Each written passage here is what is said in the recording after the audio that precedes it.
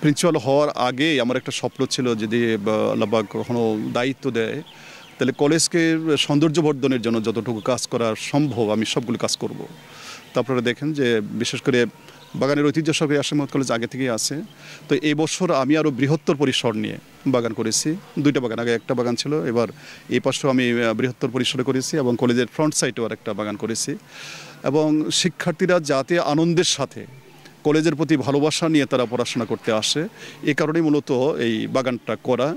এবং এখানে প্রায় 56 প্রজাতির আমাদের বিভিন্ন ধরনের ফুল এবং অর্নামেন্টাল যে গাছগুলো রয়েছে এই নিয়ে বাগান করেছি। এবং এই দুইটি বাগানে দুইটা কমিটি করে দিয়েছি এবং তারা খুবই ডেডিকেটেড।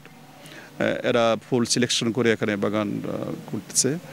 এবং আমরা লক্ষ্য করছি যে ছাত্ররা এখানে খুব আনন্দের সাথে তারা পড়াশোনা করতেছে। গ্রুপ স্টাডি করার জন্য তারা কলেজ বাগানের ভিতরে বসে তারা পড়াশোনাও করতেছে, গ্রুপ স্টাডি করতেছেন। এবং জামালপুরের সৌন্দর্য পিপাসী মানুষ যারা, তারাও সকালে বিকেলে তারা কলেজে এসে তারা এই সৌন্দর্য উপভোগ করছেন। তো দেশে এবং দেশের বাইরে যারা জামালপুরবাসী বিশেষ করে তারা যখন জামালপুরে আসেন, তারা এই কলেজের বাগান দেখার জন্য আসেন এবং তারা বসে প্রশংসা করেন যে কলেজের ইতিহাসে খুব চমৎকার বাগান এবার হয়েছে।